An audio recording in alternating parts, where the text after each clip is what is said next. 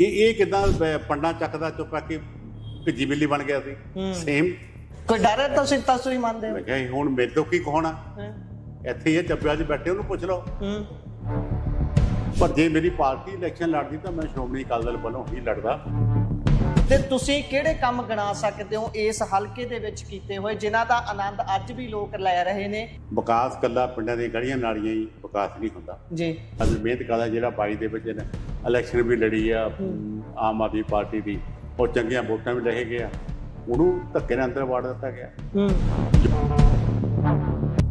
Parliament ਵਿੱਚ ਵੀ ਜੋ ਕੁਝ ਹੋਇਆ ਉਹ ਆਪਾਂ ਨੂੰ ਪਤਾ ਆ।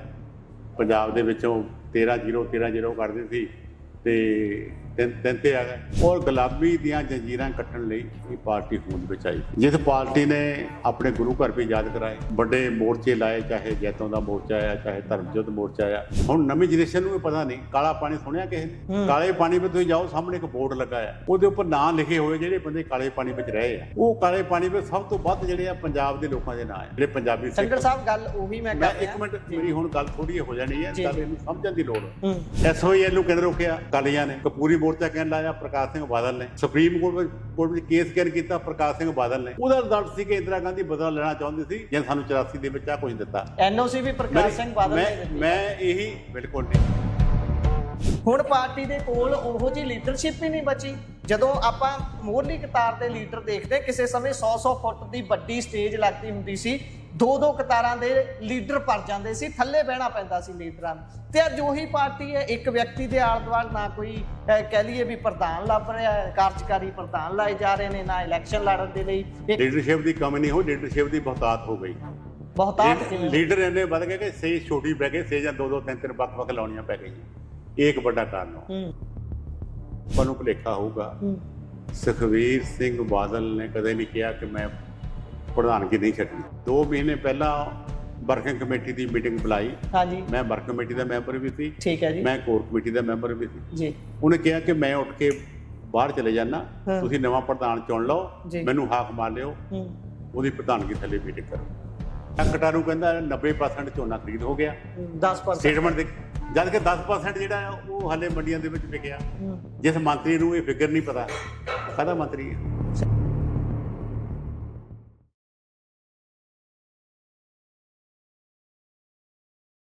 ਸਤਿ ਸ਼੍ਰੀ ਅਕਾਲ ਜੀ। Punjabi radio USA, Punjabi TV USA ਵੇਖਣਾ ਤੁਸੀਂ ਸ਼ੁਰੂ ਕਰ ਚੁੱਕੇ ਹੋ।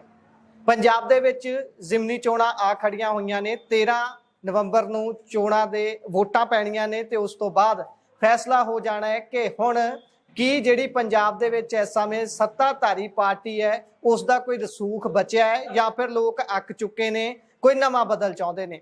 ਇਸੇ ਬਾਬਤ ਵੱਖ-ਵੱਖ ਹਲਕਿਆਂ ਦੇ ਵਿੱਚ ਜਾ ਕੇ ਦੇਖ ਰਹੇ ਹਾਂ, ਪਾਣੀ ਨਾਪ ਰਹੇ ਹਾਂ ਕਿ ਲੋਕ ਕੀ ਸੋਚ ਰਹੇ ਨੇ। ਇਸੇ ਵਿਚਾਲੇ ਹੁਣ ਅੱਜ ਆਖਰੀ ਦਿਨ ਸੀ ਨਾਮਜ਼ਦਗੀ ਪੱਤਰ ਭਰਨ ਦਾ ਤੇ ਨਾਮਜ਼ਦਗੀ ਪੱਤਰ ਭਰ ਵੀ ਦਿੱਤੇ ਨੇ ਤਕਰੀਬਨ ਸਭ ਨੇ। ਤੇ ਅਸੀਂ ਚੱਬੇਵਾਲ ਹਲਕੇ ਦੇ ਵਿੱਚ ਮੌਜੂਦ ਹਾਂ।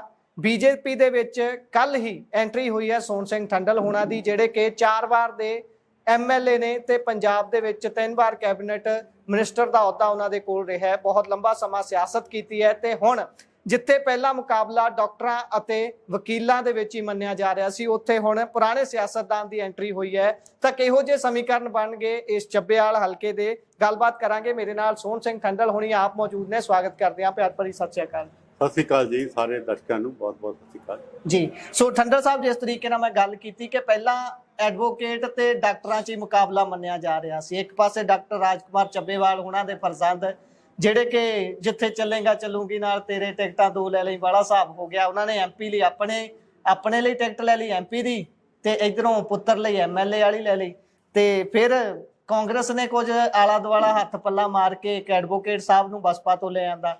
ਪਰ ਤੁਸੀਂ ਕੀ ਸੋਚਿਆ, ਕਿਉਂ ਸੋਚਿਆ ਕਿ ਰਾਤੋਂ ਰਾਤ ਹੀ ਮਨ ਬਦਲਿਆ ਤੇ ਸ਼੍ਰੋਮਣੀ ਅਕਾਲੀ ਦਲ ਇਧਰੋਂ ਅਨਾਉਂਸ ਕਰਦੀ ਹੈ ਕਿ ਅਸੀਂ ਚੋਣਾਂ 'ਚ ਹਿੱਸਾ ਨਹੀਂ ਲੈਣਾ ਤੇ ਤੁਸੀਂ ਉਧਰ ਹੀ ਗੱਲ ਦੇ ਵਿੱਚ ਭਾਜਪਾ ਦਾ ਪੱਲਾ ਪਵਾ ਕੇ ਮੈਦਾਨ 'ਚ ਆ ਜਾਂਦੇ ਹੋ?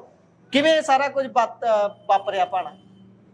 ਦੇਖੋ, ਤੁਹਾਡੇ ਇਸ ਸਵਾਲ ਦਾ ਜਵਾਬ ਵੀ ਜਿੱਥੋਂ ਤੁਸੀਂ ਸ਼ੁਰੂਆਤ ਕੀਤੀ ਹੈ ਉਹਦੇ ਵਿੱਚ ਹੀ ਹੈ ਜੀ, ਕਿ ਡਾਕਟਰਾਂ ਵਕੀਲਾਂ ਦੇ ਵਿੱਚ ਗੱਲ ਰਹਿ ਗਈ ਸੀ। ਹਾਂਜੀ। ਬਾਕੀ ਕੋਈ ਵੀ ਪਾਰਟੀ ਜਿਹੜੀ ਹੈ ਮੈਦਾਨ ਦੇ ਵਿੱਚ ਨਹੀਂ ਸੀ। ਇੱਥੇ ਤੱਕ ਮੇਰੀ ਪਾਰਟੀ ਸ਼੍ਰੋਮਣੀ ਅਕਾਲੀ ਦਲ ਵੀ ਮੈਦਾਨ ਦੇ ਵਿੱਚ ਨਹੀਂ ਸੀ। ਬਸਪਾ ਵੀ ਜਿਹੜੀ ਆ ਉਹਦਾ ਉਮੀਦਵਾਰ ਵੀ ਕਾਂਗਰਸ ਵਿੱਚ ਚਲੇ ਗਿਆ। ਹਾਂਜੀ। ਤੇ ਭਾਰਤੀ ਜਨਤਾ ਪਾਰਟੀ ਦਾ ਵੀ ਜਿਹੜਾ ਆ ਉਹ ਕੱਲ ਤੱਕ ਕੋਈ ਉਮੀਦਵਾਰ ਨਜ਼ਰ ਨਹੀਂ ਆ ਰਿਹਾ ਸੀ। ਤੇ ਇਸ ਕਰਕੇ ਇਹ ਲੱਗਦਾ ਇਹ ਸੀਗਾ ਕਿ ਇਹ ਕਿਤੇ ਜੋ ਪੁਰਾਣੀ ਸਾਂਝ ਚੱਲ ਰਹੀ ਹੈ ਆਮ ਆਦਮੀ ਪਾਰਟੀ ਕਾਂਗਰਸ ਦੀ, ਇਹ ਪਹਿਲਾਂ ਜਿੱਦਾਂ ਇਹ ਘਿਓ ਖਿਚੜੀ ਰਹੇ ਆ, ਇਹ ਕਿਸ ਤਰੀਕੇ ਨਾਲ ਕਿਤੇ ਇਹੋ ਜਿਹੇ ਰੂਪ ਨਾ ਆ ਜਾਵੇ ਕਿ 30 ਤਰੀਕ ਨੂੰ ਜਦੋਂ ਜਿਹੜੀ ਆ ਉਹ ਵਾਪਸੀ ਦੀ ਨਾਮਜ਼ਦਗੀਆਂ ਵਾਪਸ ਲੈਣ ਦੀ ਗੱਲ ਆਵੇ ਤੇ ਚੱਬੇਵਾਲ ਦੀ ਸੀਟ ਬਿਨਾਂ ਮੁਕਾਬਲਾ ਨਾਲ ਡਿਕਲੇਅਰ ਹੋ ਜਾਵੇ। ਇਹ ਹਾਲਾਤ ਬਣ ਸਕਦੇ ਸੀ। ਕੈਂਡੀਡੇਟ ਦੋਵਾਂ ਦੇ ਵਿੱਚੋਂ ਇੱਕ ਬੰਦਾ ਵੀ ਬਹਿ ਜਾਏ ਤਾਂ ਰਿਜ਼ਲਟ ਸਾਹਮਣੇ ਆ। ਸੋ ਸਾਰੀ ਗੱਲਾਂ ਨੂੰ ਦੇਖ ਕੇ ਮੇਰੇ ਮਨ ਦੇ ਵਿੱਚ ਇਹ ਗੱਲ ਸੀ ਕਿ ਜੋ ਅੱਜ ਹਾਲਾਤ ਬਣਦੇ ਜਾ ਰਹੇ ਆ, ਇਹ ਖਾਸ ਤੌਰ ਤੇ ਸਾਡੇ ਹਲਕੇ ਦੇ ਉਹਨਾਂ ਵਰਕਰਾਂ ਵਾਸਤੇ ਜਿਹੜੇ ਵਰਕਰ ਸਾਡੀ ਪਾਰਟੀਆਂ ਦੇ ਵਰਕਰ ਵਾ, ਜਿਹੜੇ ਲਗਾਤਾਰ ਪਿਛਲੇ 5-7 ਸਾਲ ਤੋਂ ਇੱਥੇ ਜ਼ੁਲਮ ਸਹਿ ਰਹੇ ਆ, ਜਿਨ੍ਹਾਂ ਦੇ ਉੱਤੇ ਝੂਠੇ ਪਰਚੇ ਵੀ ਹੋ ਰਹੇ ਆ, ਜਾਂ ਹਲਕੇ ਦੇ ਵਿੱਚ ਜਿਹੜੀਆਂ ਹੋਰ ਜੋ ਕੁਝ ਵਾਪਰ ਰਿਹਾ ਉਹ ਇਹਦੇ ਵਿੱਚ ਹੋਰ ਵਾਧਾ ਨਾ ਹੋ ਜਾਏ। ਤੇ ਸਾਰੀ ਸ਼ਕਤੀ ਜਿਹੜੀ ਆ, ਜਦ ਤੁਸੀਂ ਕਿਹਾ ਬਾਪ MP ਦਾ ਪੁੱਤ MLA, ਤੇ ਸਾਰੀ ਸ਼ਕਤੀ ਕਿਤੇ ਇਕੱਠੀ ਹੋ ਜਾਂਦੀ ਆ ਤੇ ਤਾਕਤ ਜਿਹੜੀ ਆ ਕਈ ਵਾਰੀ ਬੰਦੇ ਨੂੰ ਗੁੰਮਰਾਹ ਵੀ ਕਰ ਦਿੰਦੀ ਆ, ਖਤਰਨਾਕ ਸਾਬਤ ਹੁੰਦੀ ਆ। ਸੋ ਲੋਕਤੰਤਰ ਦੇ ਵਿੱਚ ਕੋਈ ਇਹ ਜ਼ਰੂਰੀ ਨਹੀਂ ਹੁੰਦਾ ਕਿ ਜਿਹੜਾ ਪੈਸੇ ਵਾਲਾ ਬੰਦਾ ਆ ਉਹੀ ਰਾਜ ਭਾਗ ਵਿੱਚ ਆਵੇ। ਇਹਦੇ ਵਿੱਚ ਡੈਮੋਕ੍ਰੇਸੀ ਦਾ ਤਾਂ ਮਤਲਬ ਇਹ ਆ ਕਿ ਇੱਕ ਸਧਾਰਨ ਬੰਦਾ ਵੀ, ਹਰ ਇੱਕ ਬੰਦਾ ਜਿਹੜਾ ਆ ਉਹ ਆ ਸਕਦਾ ਆ, ਉਹ ਰਾਜ ਭਾਗ ਦੇ ਵਿੱਚ ਆ ਕੇ ਲੋਕਾਂ ਦੀ ਜੇ ਉਹ ਸੇਵਾ ਕਰਨੀ ਚਾਹੁੰਦਾ ਤੇ ਉਹ ਕਰ ਸਕਦਾ ਆ। ਇੱਥੇ ਜਿਸ ਤਰੀਕੇ ਨਾਲ ਸਾਰੇ ਜੋ ਵਾਤਾਵਰਨ ਚੱਲਦਾ ਕਿ ਜਿਹੜਾ ਆਮ ਆਦਮੀ ਪਾਰਟੀ ਦਾ ਬੰਦਾ ਵੀ ਮਿਹਨਤ ਕਰਦਾ, ਜਿਹੜਾ 22 ਦੇ ਵਿੱਚ ਇਲੈਕਸ਼ਨ ਵੀ ਲੜੀ ਆ ਆਮ ਆਦਮੀ ਪਾਰਟੀ ਦੀ, ਉਹ ਚੰਗੀਆਂ ਵੋਟਾਂ ਵੀ ਲੈ ਗਿਆ, ਉਹਨੂੰ ਧੱਕੇ ਨਾਲ ਅੰਦਰ ਵਾੜ ਦਿੱਤਾ ਗਿਆ। ਜੋ ਗੱਲ ਜਿਹੜੀ ਆ ਪਿੱਛੇ ਪਾਰਲੀਮੈਂਟ ਵੇਲੇ ਡਾਕਟਰ ਰਾਜ ਨਾਲ ਹੋਈ ਸੀ, ਉਹੀ ਗੱਲ ਜਿਹੜੀ ਆ ਹੁਣ ਹਰਮਿੰਦਰ ਸੰਧੂ ਨਾਲ ਹੋ ਗਈ। ਇਹ ਜਿਹੜੀਆਂ ਇਹ ਕੁਝ ਘਟਨਾਵਾਂ ਜਿਹੜੀਆਂ ਹੋ ਰਹੀਆਂ, ਆਮ ਬੰਦੇ ਕਈ ਵਾਰੀ ਇਹਨਾਂ ਗੱਲਾਂ ਨੂੰ ਨਹੀਂ ਸਮਝਦੇ। ਉਹ ਇਹ ਸਮਝ ਰਹੇ ਸੋਹਣ ਸਿੱਠਣ ਨੂੰ ਪਤਾ ਨਹੀਂ MLA ਬਣਨ ਦੀ ਭੁੱਖ। ਮੈਂ ਤਾਂ 4 ਵਾਰੀ ਬਣ ਗਿਆ। ਇਸੇ ਹਲਕੇ ਨੇ ਮੈਨੂੰ 20 ਸਾਲ MLA ਰੱਖਿਆ, ਮੈਂ ਮੰਤਰੀ ਵੀ ਰਿਹਾ, ਪਾਰਟੀ ਵਿੱਚ ਮੈਨੂੰ ਬੜਾ ਮਾਣ ਸਨਮਾਨ ਆ। ਪਰ ਜੇ ਮੇਰੀ ਪਾਰਟੀ ਇਲੈਕਸ਼ਨ ਲੜਦੀ ਤਾਂ ਮੈਂ ਸ਼੍ਰੋਮਣੀ ਅਕਾਲੀ ਦਲ ਵੱਲੋਂ ਹੀ ਲੜਦਾ। ਕਹਿਣ ਦਾ ਭਾਵ, ਮਾਫ ਕਰਨਾ ਤੁਹਾਡੀ ਗੱਲ ਕੱਟ ਰਿਹਾ, ਕਹਿਣ ਦਾ ਭਾਵ ਵੀ ਤੁਸੀਂ ਭਾਜਪਾ ਦੇ ਵੱਲ ਇਸ ਕਰਕੇ ਆਏ ਹੋ ਕਿ ਸ਼੍ਰੋਮਣੀ ਅਕਾਲੀ ਦਲ ਨੇ ਮੈਦਾਨ ਛੱਡ ਦਿੱਤਾ, ਉਹਨਾਂ ਨੇ ਕਿਹਾ ਸੀ ਨਹੀਂ ਲੜਨਾ, ਤੁਸੀਂ ਸ਼੍ਰੋਮਣੀ ਅਕਾਲੀ ਦਲ ਵੱਲ ਇਸੇ ਕਰਕੇ ਆਏ ਹੋ? ਦੇਖੋ, ਉਹਦਾ ਇਹ ਆ ਕਿ ਅਸੀਂ 20 ਸਾਲ ਜਦੋਂ ਮੈਂ ਸਰਕਾਰ ਵਿੱਚ ਰਿਹਾ ਤੇ 20 ਸਾਲ ਸ਼੍ਰੋਮਣੀ ਅਕਾਲੀ ਦਲ BJP ਦੀ ਇਕੱਠੀ ਸਰਕਾਰ ਰਹੀ ਆ। ਅਸੀਂ ਸਾਰੇ ਵਰਕਰਾਂ ਨੇ ਇਕੱਠਿਆਂ ਕੰਮ ਕੀਤਾ ਇਸ ਇਲਾਕੇ ਵਿੱਚ। ਜਿਹੜੇ ਚਾਹੇ ਵਰਕਰ BJP ਦੇ ਆ ਚਾਹੇ ਅਕਾਲੀ ਦਲ ਦੇ ਆ, ਉਹ ਮੈਨੂੰ ਸਾਰੇ ਉਹਨਾਂ ਹੀ ਪਿਆਰ ਕਰਦੇ ਆ। ਉਹ ਸਾਰਿਆਂ ਦੀ ਇਹੀ ਗੱਲ ਆ। ਤੇ ਇਸ ਕਰਕੇ ਫਿਰ ਮੇਰੇ ਹੋਰ ਮੈਂ ਨਾ ਮੈਂ ਕਾਂਗਰਸ ਵੱਲ ਜਾਵਾਂ, ਨਾ ਮੈਂ BSP ਵੱਲ ਜਾਵਾਂ, ਨਾ ਕਿਸੇ ਹੋਰ ਪਾਰਟੀ ਵੱਲ ਜਾਵਾਂ। ਤੇ ਮੇਰੇ ਮਨ ਦੇ ਵਿੱਚ ਫਿਰ ਇਹੀ ਗੱਲ ਸੀ ਕਿ ਜੇ ਬੈਟਰ ਚੀਜ਼ ਆ ਤੇ ਇਹੀ ਆ ਕਿ BJP ਦੇ ਜੋ ਹੁਣ ਇਸ ਵੇਲੇ ਤੀਜੀ ਵਾਰੀ ਦੇਸ਼ ਵਿੱਚ ਸਰਕਾਰ ਬਣੀ ਆ, ਜੋ ਹਾਲਾਤ ਨੇ, ਜਿਵੇਂ ਹਰਿਆਣੇ ਵਿੱਚ ਵੀ ਹੁਣ ਸਰਕਾਰ ਬਣੀ ਆ, ਜਿਵੇਂ BJP ਜਿਹੜੀ ਆ ਉਹ JNK ਦੇ ਵਿੱਚ ਚੋਣਾਂ ਕਰਾਉਣ ਵਿੱਚ ਸਫਲ ਹੋਈ ਆ, ਜਿਵੇਂ BJP ਦੀ ਸਰਕਾਰ ਦੇ ਵਿੱਚ ਹਿੰਦੁਸਤਾਨ ਨੂੰ ਵੀਟੋ ਪਾਵਰ ਮਿਲੀ ਆ, ਜਿਵੇਂ BJP ਦੀ ਸਰਕਾਰ ਦੇ ਵਿੱਚ ਜਿਹੜਾ ਇੰਡੀਆ ਆ ਉਹ ਨੰਬਰ 3 ਦੇ ਉੱਪਰ ਆਉਣ ਜਾ ਰਿਹਾ। ਇਹ ਕੁਝ ਗੱਲਾਂ ਉਹ ਹੈਗੀਆਂ ਜਿਹੜੀਆਂ ਮੇਰੇ ਜ਼ਿਹਨ ਦੇ ਵਿੱਚ ਸੀਆਂ। ਇਸ ਕਰਕੇ ਮੈਂ ਉਹਨਾਂ ਨੂੰ ਕਰਕੇ BJP ਦੇ ਨਾਲ ਹੱਥ ਮਿਲਾ ਕੇ BJP ਵੱਲੋਂ ਟਿਕਟ ਜਿਹੜੀ ਆ ਉਹ ਲੜ ਰਿਹਾ। ਮੈਨੂੰ ਮੇਰੇ ਮਨ ਨੂੰ ਇਹ ਕਹਿੰਦਾ ਕਿ ਮੈਂ ਕੋਈ ਗਲਤ ਫੈਸਲਾ ਨਹੀਂ ਕੀਤਾ ਜੀ। ਮੈਂ ਜਿਸ ਪਾਰਟੀ ਦੇ ਨਾਲ ਸਾਂਝ ਜਿਹਦੇ ਵਿੱਚ ਮੈਂ ਗਿਆ, ਜਦੋਂ ਟਿਕਟ ਲਈ ਆ, ਉਹ ਪਾਰਟੀ ਅੱਜ ਦੇਸ਼ ਦੀ ਬਿਹਤਰੀ ਵਾਸਤੇ ਉਹ ਵਧੀਆ ਪਾਰਟੀ ਆ। ਉਹਦੇ ਮੁਕਾਬਲੇ ਵਿੱਚ ਕਾਂਗਰਸ ਤੀਜੀ ਵਾਰੀ ਹੋ ਗਈ, ਅਸੀਂ ਮਰ ਕੇ 90 ਤੇ ਪਹੁੰਚੇ ਆ। ਤੇ ਇਸ ਕਰਕੇ ਜਿਹੜੀ ਪੰਜਾਬ ਦੀ ਪਾਰਟੀ ਆਮ ਆਦਮੀ ਪਾਰਟੀ ਆ, ਇਹ ਲਗਾਤਾਰ ਹੁਣ ਸਾਰੇ ਪਾਸਿਓਂ ਹਟਦੀ ਆਈ ਆ। ਪਾਰਲੀਮੈਂਟ ਵਿੱਚ ਵੀ ਜੋ ਕੁਝ ਹੋਇਆ ਉਹ ਆਪਾਂ ਨੂੰ ਪਤਾ ਆ। ਪੰਜਾਬ ਦੇ ਵਿੱਚੋਂ 13-0 ਕਰਦੇ ਸੀ ਤੇ 3 ਤੇ ਆ ਗਏ। ਹੁਣੇ ਹਰਿਆਣੇ ਦੇ ਵਿੱਚ 0 ਤੇ ਆ ਗਏ। ਦਿੱਲੀ ਦੇ ਵਿੱਚ ਜੋ ਕੁਝ ਚੱਲ ਰਿਹਾ, ਸਾਰੇ ਇਹਨਾਂ ਦੇ ਮੰਤਰੀ, ਈਵਨ ਇਹਨਾਂ ਦਾ ਸੁਪਰੀਮੋ, ਉਹ ਜੇਲ੍ਹ ਉਹਨਾਂ ਦੇ ਵਿੱਚ ਫਸਿਆ ਆ। ਉਹ ਸਾਰਾ ਕੁਝ ਦੇਖ ਕੇ ਜਿਹੜਾ ਆ ਉਹ ਇਹ ਫੈਸਲਾ ਕੀਤਾ। ਔਰ ਫੈਸਲੇ ਦੇ ਪਿੱਛੇ ਤਰਕ ਇਹੀ ਆ ਕਿ ਜਿਹੜੇ ਬੰਦੇ ਹਲਕੇ ਦੇ ਜਿਹਨਾਂ ਨਾਲ ਅਨਜਸਟਿਸ ਹੋ ਰਿਹਾ ਉਹਨੂੰ ਰੋਕਣ ਵਾਸਤੇ ਇਹ ਉਪਰਾਲਾ ਕੀਤਾ ਜਾਵੇ ਜੀ। ਸੋ ਇੱਥੇ ਮੇਰਾ ਸਵਾਲ ਇਹ ਸੀ ਕਿ ਤੁਸੀਂ ਪਹਿਲਾਂ 4 ਵਾਰ ਇੱਥੋਂ MLA ਰਹੇ ਹੋ, ਤੁਹਾਨੂੰ ਕੈਬਨਿਟ ਰੈਂਕ ਦਾ ਮਾਣ ਵੀ ਹਾਸਲ ਹੋਇਆ, ਤੇ ਤੁਸੀਂ ਕਿਹੜੇ ਕੰਮ ਗਿਣਾ ਸਕਦੇ ਹੋ ਇਸ ਹਲਕੇ ਦੇ ਵਿੱਚ ਕੀਤੇ ਹੋਏ ਜਿਨ੍ਹਾਂ ਦਾ ਆਨੰਦ ਅੱਜ ਵੀ ਲੋਕ ਲੈ ਰਹੇ ਨੇ, ਜਿਹੜੇ ਤੁਸੀਂ ਲੋਕਾਂ ਨੂੰ ਦੱਸਣਾ ਚਾਹੋਗੇ ਵੀ ਭਾਈ ਮੈਂ ਜਦੋਂ ਪਹਿਲਾਂ MLA ਰਿਹਾ ਤੁਹਾਡੀ ਸੇਵਾ ਕੀਤੀ ਆ, ਮੈਂ ਆਹ ਸੇਵਾ ਕੀਤੀ ਆ, ਆਹ ਕੰਮ ਕੀਤੇ ਨੇ, ਵੀ ਐਤਕੀ ਜੇ ਮੌਕਾ ਦਿਓਗੇ ਤਾਂ ਮੈਂ ਹੋਰ ਧੜੱਲੇ ਨਾਲ ਕੰਮ ਕਰੂੰਗਾ? ਕੋਈ ਗਿਣਾ ਸਕਦੇ ਹੋ ਕੋਈ ਨਾਮੀ ਗ੍ਰਾਮੀ ਕੰਮ ਜਿਹੜੇ 20 ਸਾਲ ਦੇ ਵਿੱਚ ਤੁਸੀਂ ਕੀਤੇ ਹੁਣ ਇਸ ਹਲਕੇ ਦੇ ਲਈ? ਦੇਖੋ, ਵਿਕਾਸ ਜਿਹੜਾ ਹੈ ਉਹਦੇ ਵੱਖ-ਵੱਖ ਪਹਿਲੂ ਹੁੰਦੇ ਆ ਜੀ। ਵਿਕਾਸ ਇਕੱਲਾ ਪਿੰਡਾਂ ਦੀਆਂ ਗਲੀਆਂ ਨਾਲੀਆਂ ਹੀ ਵਿਕਾਸ ਨਹੀਂ ਹੁੰਦਾ ਜੀ।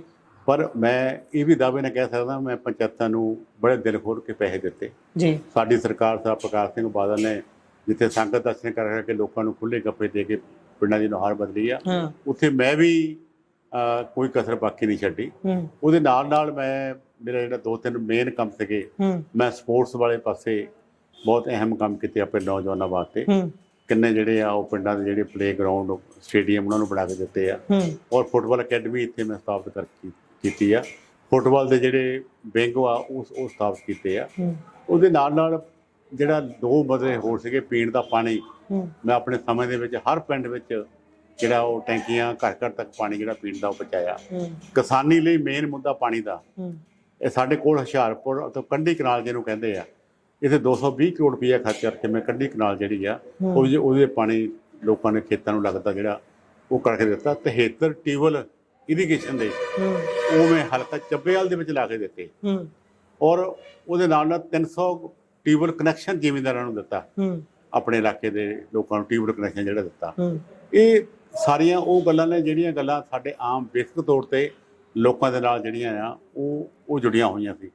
ਐਜੂਕੇਸ਼ਨ ਅਦਾਰੇ ਦੇ ਵਿੱਚ ਸਕੂਲਾਂ ਦੀ ਹਾਲਤ, ਨਵੀਆਂ ਬਿਲਡਿੰਗਾਂ, ਸਕੂਲ ਅਪਗ੍ਰੇਡ ਕਰਨੇ, ਉਹ ਆਪਣੇ ਹਲਕੇ ਦੇ ਵਿੱਚ ਉਹ ਕਿਤੇ ਹੈਲਥ ਦੇ ਹਸਪੀਟਲ, ਚਾਹੇ ਚੱਬੇਵਾਲ ਦਾ ਹਸਪੀਟਲ ਆ, ਚਾਹੇ ਪਾਲਜੀ ਦਾ ਹਸਪੀਟਲ ਸੀ, ਚਾਹੇ ਮਾਲਪੁਰ ਦਾ ਹਸਪੀਟਲ ਸੀ, ਚਾਹੇ ਬਡਲੇ ਵੱਡਾ ਹਸਪੀਟਲ ਜਿਹੜਾ ਆ ਉਹ ਬਣਾ ਕੇ ਦਿੱਤਾ। ਸੋ ਇਸ ਕਰਕੇ ਇਹ ਕੰਮ ਨੇ ਜਿਹੜੇ ਹਲਕੇ ਦੇ ਵਿੱਚ ਲੋਕਾਂ ਦੇ ਬਹੁਤ ਅਹਿਮ ਗੱਲਾਂ ਸੀਆਂ। ਇਵੇਂ ਸੜਕਾਂ ਇਕੱਲੀ ਇੱਕ ਸੜਕ ਦੀ ਗੱਲ ਨਹੀਂ, ਆਦਮਪੁਰ ਕੜਸ਼ੰਕਰ ਮੈਂ 65 ਕਰੋੜ ਰੁਪਇਆ ਖਰਚ ਕਰਕੇ ਜਿਹੜੀ ਆ ਉਹ ਸੜਕ ਬਣਾ ਕੇ ਦਿੱਤੀ। ਲਿੰਕ ਸੜਕਾਂ ਹਰ ਪਿੰਡ ਨੂੰ ਜਿਹੜੀਆਂ ਸੀਆਂ ਉਹ ਬਣਾ ਕੇ ਦਿੱਤੀਆਂ।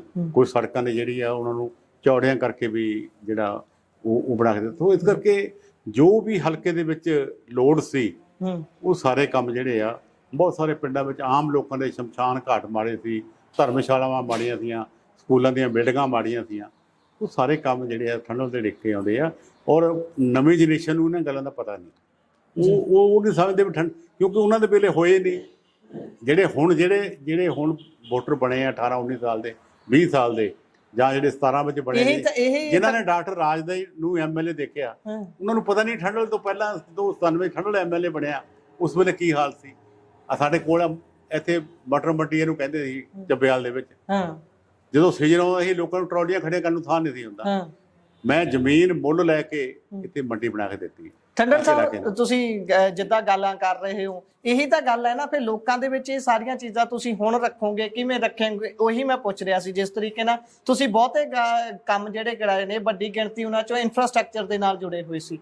ਹੁਣ ਸਵਾਲ ਆਉਂਦੇ ਆ, ਤੁਹਾਡੀ ਮਾਂ ਪਾਰਟੀ ਜਿਸ ਦੇ ਵਿੱਚ ਤੁਸੀਂ ਇੰਨਾ ਲੰਬਾ ਸਮਾਂ ਰਾਜ ਭੋਗਿਆ, ਉਹ ਸ਼੍ਰੋਮਣੀ ਅਕਾਲੀ ਦਲ, ਜਿਹੜੀ ਸਥਿਤੀ 'ਚ ਇਸ ਸਮੇਂ ਸ਼੍ਰੋਮਣੀ ਅਕਾਲੀ ਦਲ ਹੈ, ਕੀ ਕਹਿਣਾ ਚਾਹੋਗੇ ਉਸ ਨੂੰ ਲੈ ਕੇ? ਤੁਸੀਂ ਹੁਣ ਬੇਸ਼ੱਕ ਪਾਰਟੀ ਛੱਡ ਚੁੱਕੇ ਹੋ, ਪਰ ਮਾਂ ਪਾਰਟੀ ਹੋਣ ਦੇ ਨਾਤੇ ਉਸ ਤੇ ਕੀ ਟਿੱਪਣੀ ਕਰੋਗੇ ਜੋ ਇਸ ਸਮੇਂ ਹਾਲਾਤ ਨੇ?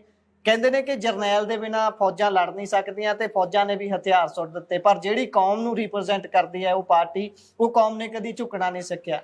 ਪਾਰਟੀ ਨੇ ਸਰੈਂਡਰ ਕਰ ਦਿੱਤਾ ਚੋਣਾਂ ਲੜਨ ਤੋਂ। ਕੀ ਕਹੋਗੇ ਆਲ ਓਵਰ ਸਾਰੇ ਵਰਤਾਰੇ ਤੇ ਤਨਖਾਹੀਆ ਕਰਾਰ ਹੋ ਜਾਣਾ, ਸਾਰੀਆਂ ਗੱਲਾਂ ਨੂੰ ਲੈ ਕੇ ਤੁਹਾਡੀ ਕੀ ਟਿੱਪਣੀ ਹੈ ਸ਼੍ਰੋਮਣੀ ਅਕਾਲੀ ਦਲ ਦੀ ਮੌਜੂਦਾ ਸਥਿਤੀ ਦੇ ਉੱਤੇ? ਦੇਖੋ, ਅਸਲ ਇਹ ਹੈ ਸਾਰੀ ਇਹ ਪਿਛੇ ਨੂੰ ਸਮਝਣ ਵਾਸਤੇ ਸਾਨੂੰ ਸ਼੍ਰੋਮਣੀ ਅਕਾਲੀ ਦਲ ਦੇ ਇਤਿਹਾਸ ਨੂੰ ਸਮਝਣਾ ਪਊਗਾ। ਸ਼੍ਰੋਮਣੀ ਅਕਾਲੀ ਦਲ, ਸ਼੍ਰੋਮਣੀ ਗੁਰਦੁਆਰਾ ਪ੍ਰਬੰਧਕ ਕਮੇਟੀ 1920 ਦੇ ਵਿੱਚ ਜਿਹੜੀ ਸਾਡੇ ਪੁਰਖਿਆਂ ਨੇ ਬਣਾਈ ਸੀ ਜੀ, ਉਸ ਵੇਲੇ ਦੇਸ਼ ਆਜ਼ਾਦ ਨਹੀਂ ਸੀ। ਉਸ ਵੇਲੇ ਸਰਕਾਰਾਂ ਜਾਂ ਐਮਐਲਏ ਐਮਪੀ ਬਣਨ ਦੀ ਕਿਸੇ ਨੂੰ ਗੱਲ ਨਹੀਂ ਸੀ। ਉਸ ਵੇਲੇ ਜਿਹੜਾ ਸਿੱਖ ਇਤਿਹਾਸ ਨੂੰ ਸਾਂਭਣ ਲਈ, ਆਪਣੇ ਗੁਰੂ ਘਰਾਂ ਨੂੰ ਸਾਂਭਣ ਲਈ ਔਰ ਗੁਲਾਮੀ ਦੀਆਂ ਜੰਜੀਰਾਂ ਕੱਟਣ ਲਈ ਇਹ ਪਾਰਟੀ ਹੋਂਦ ਵਿੱਚ ਆਈ ਸੀ, ਜਿਸ ਪਾਰਟੀ ਨੇ ਆਪਣੇ ਗੁਰੂ ਘਰ ਵੀ ਯਾਦ ਕਰਾਏ, ਵੱਡੇ ਮੋਰਚੇ ਲਾਏ, ਚਾਹੇ ਜੈਤੋਂ ਦਾ ਮੋਰਚਾ ਆਇਆ, ਚਾਹੇ ਧਰਮਯੁੱਧ ਮੋਰਚਾ ਆਇਆ, ਚਾਹੇ ਨਨਕਾਣਾ ਸਾਹਿਬ ਦਾ ਸਾਕਾ ਆਇਆ, ਇਹ ਬਹੁਤ ਵੱਡਾ, ਚਾਹੇ ਚਾਬੀਆਂ ਦਾ ਮੋਰਚਾ ਸੀ ਜੀ ਜੀ। ਇਹ ਕੰਮ ਕੀਤੇ ਸ਼੍ਰੋਮਣੀ ਅਕਾਲੀ ਦਲ ਨੇ, ਲੜਾਈ ਲੜੀ ਆ ਔਰ ਆਪਣੇ ਧਰਮ ਨੂੰ, ਆਪਣੇ ਗੁਰੂ ਘਰਾਂ ਨੂੰ, ਉਹਨਾਂ ਨੂੰ ਬਚਾਇਆ। ਆਜ਼ਾਦੀ ਦੀ ਲੜਾਈ ਦੇ ਵਿੱਚ ਸਭ ਤੋਂ ਵੱਧ ਕੁਰਬਾਨੀਆਂ ਜਿਹੜੀਆਂ ਉਹ ਜੇ ਚਾਹੇ ਸਿੱਖਾਂ ਨੇ ਕੀਤੀਆਂ ਜਾਂ ਸ਼੍ਰੋਮਣੀ ਅਕਾਲੀ ਦਲ ਨੇ ਕੀਤੀਆਂ, ਉਸ ਆਪਣੇ ਵਿਰਸੇ ਦੇ ਇਤਿਹਾਸ ਨੂੰ ਨਾਲ ਲੈ ਕੇ। ਜੇ ਅੱਜ ਵੀ ਤੁਸੀਂ ਗੱਲ ਕਰੋ, ਹੁਣ ਨਵੀਂ ਜਨਰੇਸ਼ਨ ਨੂੰ ਇਹ ਪਤਾ ਨਹੀਂ, ਕਾਲਾ ਪਾਣੀ ਸੁਣਿਆ ਕਿਸੇ ਨੇ? ਕਾਲੇ ਪਾਣੀ 'ਤੇ ਤੁਸੀਂ ਜਾਓ, ਸਾਹਮਣੇ ਇੱਕ ਬੋਰਡ ਲੱਗਾ ਆ ਜੀ, ਉਹਦੇ ਉੱਪਰ ਨਾਂ ਲਿਖੇ ਹੋਏ ਜਿਹੜੇ ਬੰਦੇ ਕਾਲੇ ਪਾਣੀ ਵਿੱਚ ਰਹੇ ਆ, ਉਹ ਕਾਲੇ ਪਾਣੀ ਵਿੱਚ ਸਭ ਤੋਂ ਵੱਧ ਜਿਹੜੇ ਆ ਪੰਜਾਬ ਦੇ ਲੋਕਾਂ ਦੇ ਨਾਂ ਆ, ਜਿਹੜੇ ਪੰਜਾਬੀ ਸੰਗਰ ਸਾਹਿਬ। ਗੱਲ ਉਹੀ ਮੈਂ ਕਰ ਰਿਹਾ। ਇੱਕ ਮਿੰਟ, ਮੇਰੀ ਹੁਣ ਗੱਲ ਥੋੜੀ ਹੋ ਜਾਣੀ ਹੈ, ਇਸ ਗੱਲ ਨੂੰ ਸਮਝਣ ਦੀ ਲੋੜ ਹੈ। ਸ਼੍ਰੋਮਣੀ ਅਕਾਲੀ ਦਲ ਨੇ ਸੰਘਰਸ਼ ਕੀਤੇ, ਮੋਰਚੇ ਲਾਏ। ਇੱਥੇ ਸਰਕਾਰ ਤਾਂ 66 ਤੋਂ ਬਾਅਦ ਪੰਜਾਬ ਦੇ ਵਿੱਚ ਅਕਾਲੀ ਸਰਕਾਰ ਜਿਹੜੀ ਉਹ ਪਹਿਲੀ ਵਾਰੀ ਗਠਨ ਹੋਣ ਗਈ, ਜਿਹਨੇ ਪਿੰਡਾਂ ਦੀਆਂ ਲਿੰਕ ਸੜਕਾਂ ਬਣਾਉਣ ਵਾਸਤੇ ਇਹ ਨੀਤੀ ਅਪਣਾਈ। ਉਹ ਤੋਂ ਬਾਅਦ 2 ਵਾਰੀ ਸਰਕਾਰਾਂ ਫੇਰ ਬਣੀਆਂ। ਜਿਹੜੀ ਇਹ ਦਿੱਲੀ ਤਾਕਤ ਆ ਉਹ ਤੋੜਦੀ ਰਹੀ। ਉਹਦੇ ਪਿੱਛੇ ਕਾਰਨ ਕੀ ਸੀਗਾ? 2 ਗੱਲਾਂ ਦਾ ਮੈਂ ਜ਼ਿਕਰ ਕਰਦਾ। ਇਹ ਕੀ ਕਾਰਨ ਸੀ ਕਿ ਸਿੱਖਾਂ ਦੀਆਂ ਸਰਕਾਰਾਂ ਨੂੰ ਬਾਰ-ਬਾਰ ਤੋੜਿਆ ਜਾ ਰਿਹਾ ਸੀ? ਇਹਦੇ ਪਿੱਛੇ ਕਾਰਨ ਇਹ ਸੀਗਾ ਕਿ ਸਿੱਖਾਂ ਨੇ ਤਾਂ ਅੰਗਰੇਜ਼ਾਂ ਦੀ ਈਨ ਨਹੀਂ ਮੰਨੀ। ਸਾਡੇ ਜਿਹੜੇ ਮਹਾਰਾਜਾ ਰਣਜੀਤ ਸਿੰਘ ਨੂੰ ਸਿੱਖ ਅੰਗਰੇਜ਼ ਨਹੀਂ ਹਰਾ ਸਕੇ, ਅਖੀਰ ਸੰਧੀ ਕੀਤੀ। ਔਰ ਜੇ ਅੰਗਰੇਜ਼ਾਂ ਨਾਲ ਲੜਾਈਆਂ ਲੜੀਆਂ ਤੇ ਸਿੱਖਾਂ ਨੇ ਲੜੀਆਂ। ਇਹ ਇਤਿਹਾਸ ਕਹਿੰਦਾ। ਸਿੱਖ ਜੇ ਹਿੰਦੁਸਤਾਨ ਦੇ ਇਤਿਹਾਸ ਦੇ ਵਿੱਚੋਂ ਸਿੱਖ ਇਤਿਹਾਸ ਕੱਢਦੇ ਹੋ ਤੇ ਬਾਕੀ ਫਿਰ ਠੀਕ ਠਾਕ ਹੀ ਆ ਕੰਮ।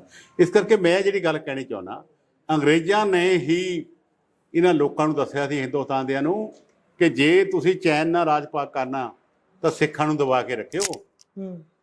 ਤੇ ਉਹਦਾ ਰਿਜ਼ਲਟ ਕੀ ਨਿਕਲਿਆ? ਕਿਸੇ ਨੇ ਪਾਕਿਸਤਾਨ ਨਹੀਂ ਸੀ ਮੰਗਿਆ, ਆਜ਼ਾਦੀ ਮੰਗਦੇ ਸੀ ਨਾ ਸਾਡੇ ਪੁਰਖੇ ਜਿਹੜੇ ਆ। ਕੀ ਲੋੜ ਸੀ ਪਾਕਿਸਤਾਨ ਬਣਾਉਣ ਦੀ?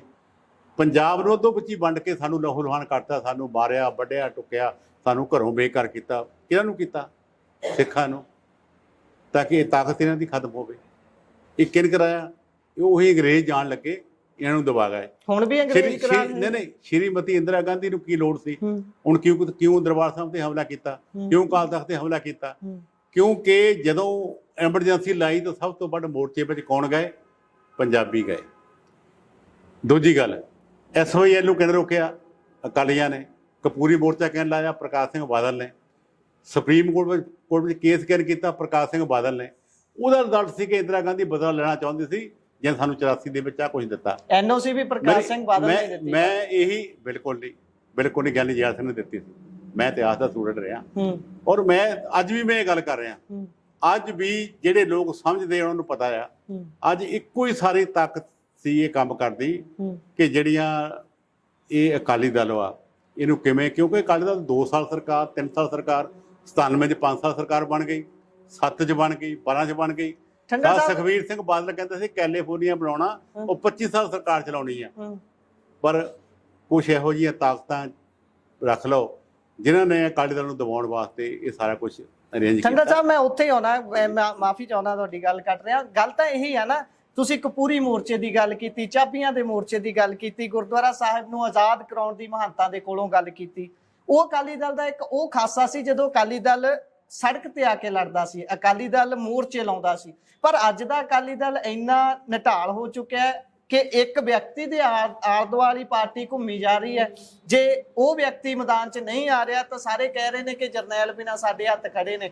ਹੁਣ ਪਾਰਟੀ ਦੇ ਕੋਲ ਉਹੋ ਜਿਹੀ ਲੀਡਰਸ਼ਿਪ ਹੀ ਨਹੀਂ ਬਚੀ। ਜਦੋਂ ਆਪਾਂ ਮੋਹਰਲੀ ਕਤਾਰ ਦੇ ਲੀਡਰ ਦੇਖਦੇ, ਕਿਸੇ ਸਮੇਂ 100-100 ਫੁੱਟ ਦੀ ਵੱਡੀ ਸਟੇਜ ਲੱਗਦੀ ਹੁੰਦੀ ਸੀ, 2-2 ਕਤਾਰਾਂ ਦੇ ਲੀਡਰ ਭਰ ਜਾਂਦੇ ਸੀ, ਥੱਲੇ ਬਹਿਣਾ ਪੈਂਦਾ ਸੀ ਲੀਡਰਾਂ ਨੂੰ। ਤੇ ਅੱਜ ਉਹੀ ਪਾਰਟੀ ਹੈ, ਇੱਕ ਵਿਅਕਤੀ ਦੇ ਆਲੇ ਦੁਆਲੇ ਨਾ ਕੋਈ ਕਹਿ ਲਈਏ ਵੀ ਪ੍ਰਧਾਨ ਲੱਭ ਰਿਹਾ, ਕਾਰਜਕਾਰੀ ਪ੍ਰਧਾਨ ਲਾਏ ਜਾ ਰਹੇ ਨੇ, ਨਾ ਇਲੈਕਸ਼ਨ ਲੜਨ ਦੇ ਲਈ। ਇੱਕ ਪਾਸੇ ਤਾਂ ਇਹ ਵੀ ਕਿਹਾ ਜਾ ਰਿਹਾ ਵੀ ਇਹ ਵੀ ਇੱਕ ਨੀਤੀ ਦਾ ਹੀ ਹੈਗੀ ਗੱਲਬਾਤ। ਇਦਾਂ ਨਹੀਂ ਹੈਗੀ, ਲੀਡਰਸ਼ਿਪ ਦੀ ਕਮੀ ਨਹੀਂ ਹੋ, ਲੀਡਰਸ਼ਿਪ ਦੀ ਬਹੁਤਾਤ ਹੋ ਗਈ। ਬਹੁਤਾਤ ਲੀਡਰ ਇੰਨੇ ਵੱਧ ਗਏ ਕਿ ਸੇਜ ਛੋਟੀ ਪੈ ਗਈ, ਸੇਜਾਂ 2-2 3-3 ਵੱਖ-ਵੱਖ ਲਾਉਣੀਆਂ ਪੈ ਗਈਆਂ।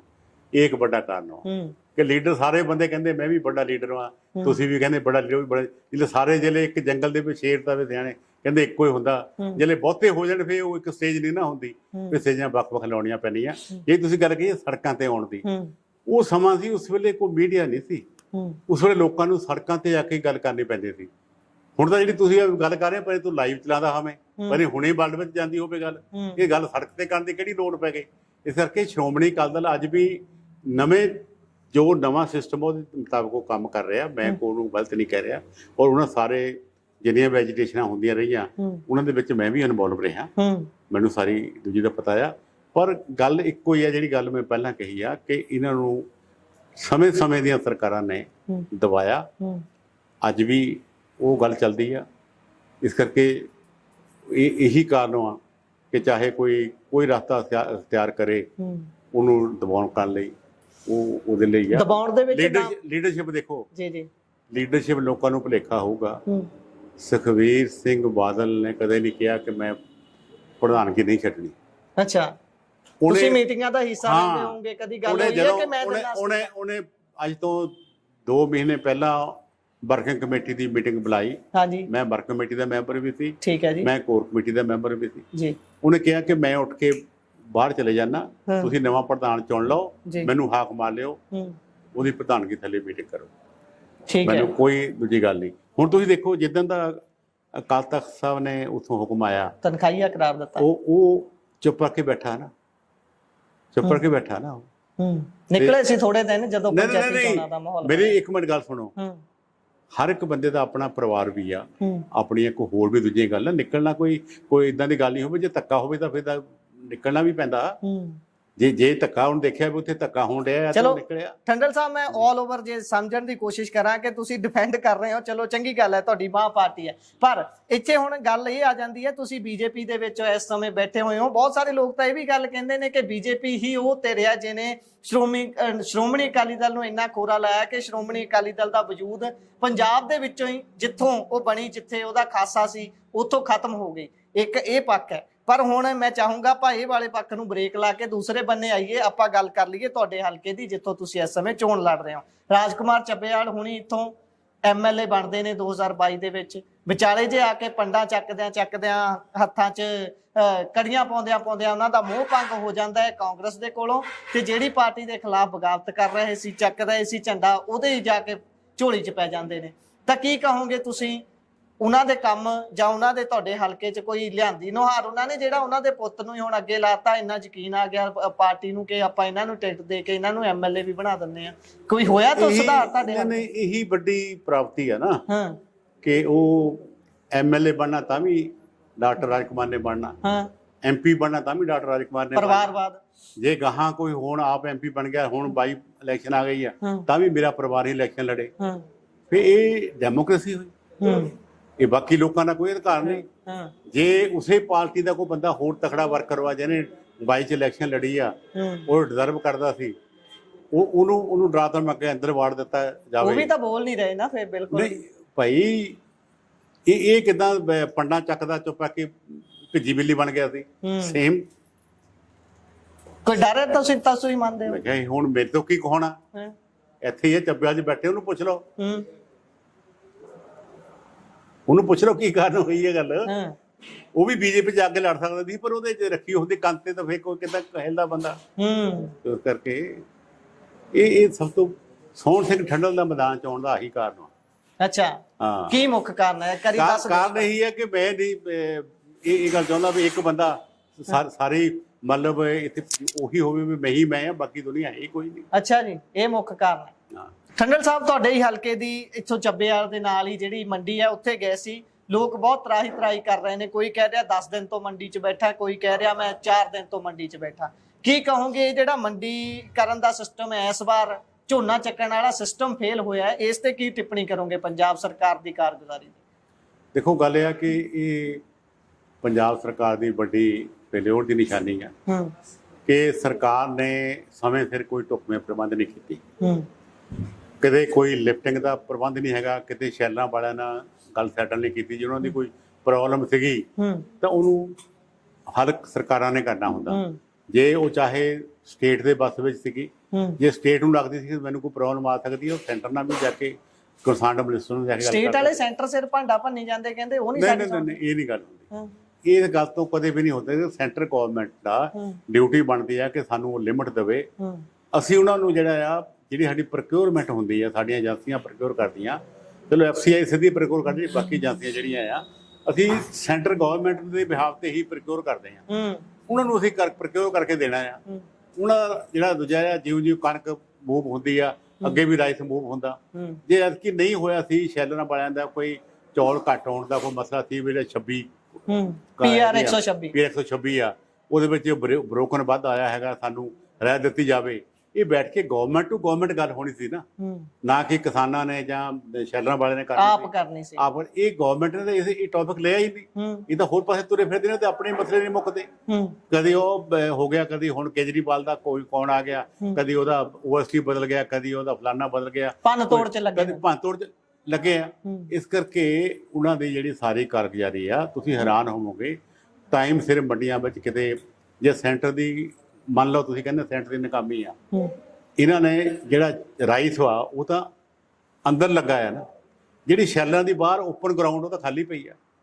ਇਹ ਸ਼ੈਲਰਾਂ ਵਾਲਿਆਂ ਨਾਲ ਗੱਲ ਕਰਕੇ ਮੰਡੀ ਚੋਂ ਮਾਲ ਚਕਾ ਕੇ ਉੱਥੇ ਸਟਾਕ ਕਰਦੇ, ਜਦੋਂ ਚੌਲ ਚੱਕਾ ਇਹਨਾਂ ਨੂੰ ਮਿਲ ਕਰਾ ਲੈਂਦੇ। ਉਹਨਾਂ ਨਾਲ ਜਾ ਕੇ ਗੱਲ ਕਰਦੇ ਵੀ ਆਹ ਜਿਹੜਾ ਬਰੋਕਨ ਵੱਧ ਆਉਂਦਾ, ਜਾਂ ਤੁਸੀਂ ਬਰੋਕਨ ਦੀ ਵਧਾਓ, ਇਹਨੂੰ ਪਰਸੈਂਟੇਜ ਜਿਹੜੀ ਵਧਾਓ, 15 ਤੋਂ 20 ਕਰ ਦਿਓ, ਜਾਂ ਜਿਹੜੀ ਆ ਉਹਦੀ 65 ਤੋਂ 62 63 ਕਰ ਦਿਓ ਜਿਹੜੀ ਜੀਲ।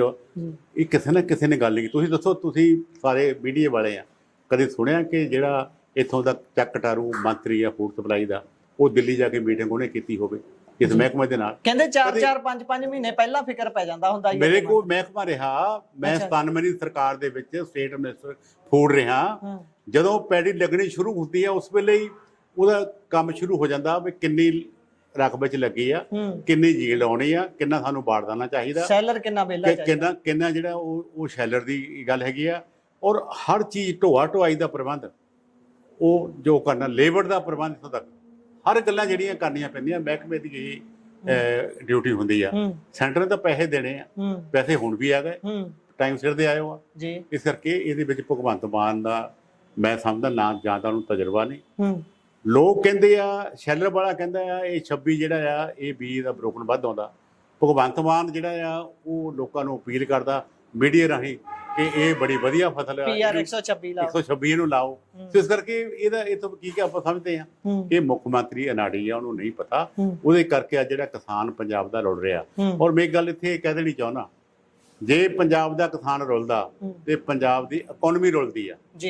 ਜੇ ਅੱਜ 44,000 ਕਰੋੜ ਪੈਡੀ ਦਾ ਜਿਹੜਾ ਆ ਉਹ ਸਹੀ ਟਾਈਮ ਤੇ ਪੈਡੀ ਨਹੀਂ ਚੱਕ ਹੁੰਦੀ, ਸਟੇਟ ਦੇ ਕਿਸਾਨ ਨੂੰ ਘਾਟਾ ਪੈ ਰਿਹਾ, ਉਹਦਾ 2320 ਦੀ ਬਜਾਏ 2000 ਨੂੰ ਝੋਨਾ ਵਿਕ ਰਿਹਾ, 3 ਰੁਪਏ ਪਰ ਕੁਇੰਟਲ ਉਹਨੂੰ ਘਾਟਾ ਪੈ ਰਿਹਾ, ਜਾਂ ਸਾਡੀ ਮਾਰਕੀਟ ਫੀਸ ਘਾਟਾ ਪੈ ਰਿਹਾ, ਜਾਂ ਸਾਡੀ ਕਣਕ ਦਾ ਹੁਣ ਤੱਕ ਡਿਲੇ ਹੋ ਰਿਹਾ, ਜਿਹੜੀ 1 ਨਵੰਬਰ ਤੋਂ ਬਜਾਈ ਸ਼ੁਰੂ ਹੋਣੀ ਆ, ਹਾਲੇ ਖੇਤੇ ਨਹੀਂ ਵਿਹਲੇ।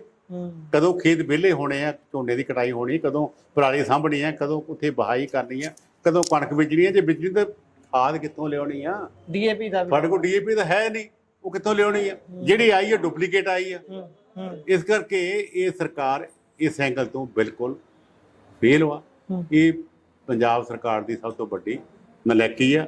ਔਰ ਮੈਨੂੰ ਇੱਥੇ ਗਿਲਾ ਵੀ ਆ, ਜਿਹੜੇ ਪੰਜਾਬ ਦੇ ਚਾਹੇ MLA ਆ ਚਾਹੇ MP ਆ, ਕਈ ਦੇਖੇ ਮੰਡੀਆਂ ਦੇ ਵਿੱਚ ਵੈਸੇ ਜਾ ਕੇ ਉਹ ਤਾਂ ਐ ਹੱਥ ਪਾ ਕੇ ਚੱਕ ਕੇ ਫੋਟੋ ਕਰਾਉਂਦੇ ਹੁੰਦੇ ਸੀ ਅੱਗੇ। ਮੈਂ ਕਿਹਾ ਫੋਟੋ ਕਰਾਉਣੀ ਨਹੀਂ, ਮੇਰੇ ਵੇਲੇ ਬਾਰਿਸ਼ ਹੋ ਗਈ ਬਹੁਤ। ਇਹ 2001 ਦੀ ਗੱਲ ਵਾ। ਠੀਕ ਹੈ, ਬਹੁਤ ਬਾਰਿਸ਼ ਪਈ, ਪੰਜਾਬ ਦਾ ਝੋਨਾ ਕਾਲਾ ਪੀਲਾ ਹੋ ਗਿਆ। ਦਿੱਲੀ ਤੋਂ FCI ਦਾ ਫੂਡ ਡਿਪਾਰਟਮੈਂਟ ਦਾ ਇੱਕ ਮਿਸਟਰ ਭੂਰੇ ਲਾਲ, ਉਹ ਆਇਆ ਦੇਖਣ ਵੀ ਕੁਆਲਿਟੀ ਲੈਣ ਵਾਲੀ ਹੈਗੀ ਕਿ ਨਹੀਂ। ਉਹ ਸਭ ਤੋਂ ਪਹਿਲਾਂ ਖੰਨੇ ਆਇਆ, ਉਹਨੇ ਪੈਟੀ ਦੇਖੀ, ਕਹਿੰਦਾ ਇਹ ਤਾਂ ਡਿਸਕਲਰਡ ਹੋ ਗਈ ਆ, ਇਹ ਖਰੀਦਣ ਦੇ ਕਾਬਲ ਨਹੀਂ। ਠੀਕ ਹੈ, ਨਹੀਂ ਖਰੀਦੀ ਜਾਣੀ। ਸਾਡੇ ਹੱਥਾਂ ਪੈਰਾਂ ਦੀ ਨਿਕਲ ਗਈ। ਮੈਂ 20 ਦਿਨ ਘਰ ਨਹੀਂ ਵੜਿਆ, ਆਪਣੇ ਗਨਮੈਨਾਂ ਨੂੰ ਸਾਰਿਆਂ ਨੂੰ ਕਿਹਾ ਆਪਣੇ ਕੱਪੜੇ ਗੱਡੀਆਂ 'ਚ ਰੱਖ ਲਓ। ਠੀਕ ਹੈ, ਸਾਰੇ ਪੰਜਾਬ ਦੀਆਂ ਮੰਡੀਆਂ ਦੀ ਮੈਂ ਵਿਜ਼ਿਟ ਕੀਤੀ। ਇਹ ਰਿਕਾਰਡ ਦੀ ਗੱਲ ਵਾ। ਤੇ ਇੱਥੇ ਚੱਕ ਕਟਾਰੂ ਕਹਿੰਦਾ 90% ਝੋਨਾ ਖਰੀਦ ਹੋ ਗਿਆ, 10% ਸਟੇਟਮੈਂਟ ਦੇ, ਜਦ ਕਿ 10% ਜਿਹੜਾ ਉਹ ਹਲੇ ਮੰਡੀਆਂ ਦੇ ਵਿੱਚ ਵਿਕਿਆ। ਜਿਸ ਮੰਤਰੀ ਨੂੰ ਇਹ ਫਿਗਰ ਨਹੀਂ ਪਤਾ, ਉਹ ਕਾਹਦਾ ਮੰਤਰੀ ਆ? ਇਸ ਕਰਕੇ ਬੜੀ ਫੇਲ ਹੋ ਰਿਹਾ। ਸ਼ੁਕਰੀਆ ਜੀ। ਸੋ ਇਹ ਸਨ ਸਾਡੇ ਨਾਲ ਸੋਮ ਸਿੰਘ ਠੰਡਲ ਹੋਣੀ, ਜਿਨ੍ਹਾਂ ਨੇ ਚਾਨਣਾ ਪਾਇਆ ਕਿ ਕਿਸ ਤਰੀਕੇ ਦੇ ਨਾਲ ਪੰਜਾਬ ਦੀਆਂ ਮੰਡੀਆਂ ਦੇ ਵਿੱਚ ਕਿਸਾਨ ਰੋਲ ਰਹੇ ਨੇ, ਉਸ ਦੇ ਪਿਛਲੀ ਗੱਲਬਾਤ ਕੀ ਹੈ, ਤੇ ਬਾਕੀ ਚੱਬੇਵਾਲ ਹਲਕੇ ਦੇ ਵਿੱਚ ਇਲੈਕਸ਼ਨਾਂ ਨੂੰ ਲੈ ਕੇ ਮਾਹੌਲ ਕੀ ਹੈ, ਲੋਕ ਕੀ ਕਹਿੰਦੇ ਨੇ, ਇਹ ਸਾਰੀ ਗੱਲਬਾਤ ਲੈ ਕੇ ਤੁਹਾਡੇ ਰੂਬਰੂ ਹੋ ਰਹੇ ਹਾਂ। ਤੁਹਾਨੂੰ ਦੱਸਾਂਗੇ ਆਉਣ ਵਾਲੇ ਦਿਨਾਂ ਦੇ ਵਿੱਚ ਕੱਲੀ ਅਪਡੇਟ ਦੇ ਨਾਲ ਰੂਬਰੂ ਵੀ ਕਰਵਾਵਾਂਗੇ। ਸੋ ਮੈਨੂੰ ਦਿਓ ਇਜਾਜ਼ਤ, ਧੰਨਵਾਦ।